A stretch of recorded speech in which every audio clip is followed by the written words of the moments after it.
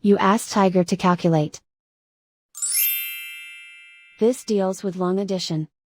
The final result is 12.824. Let's solve it step by step. Rewrite the numbers from top to bottom, aligned by their place values, add up the digits in each column, from right to left. 5 plus 8 plus 1, equals 14. Carry 1 to the hundredths place. 1 plus 9 plus 4 plus 8, equals 22. Carry 2 to the tenths place. 2 plus 6 plus 0 plus 0, equals 8. 2 plus 0 plus 0, equals 2. Write 1 in the tens place. And so the final result is 12.824.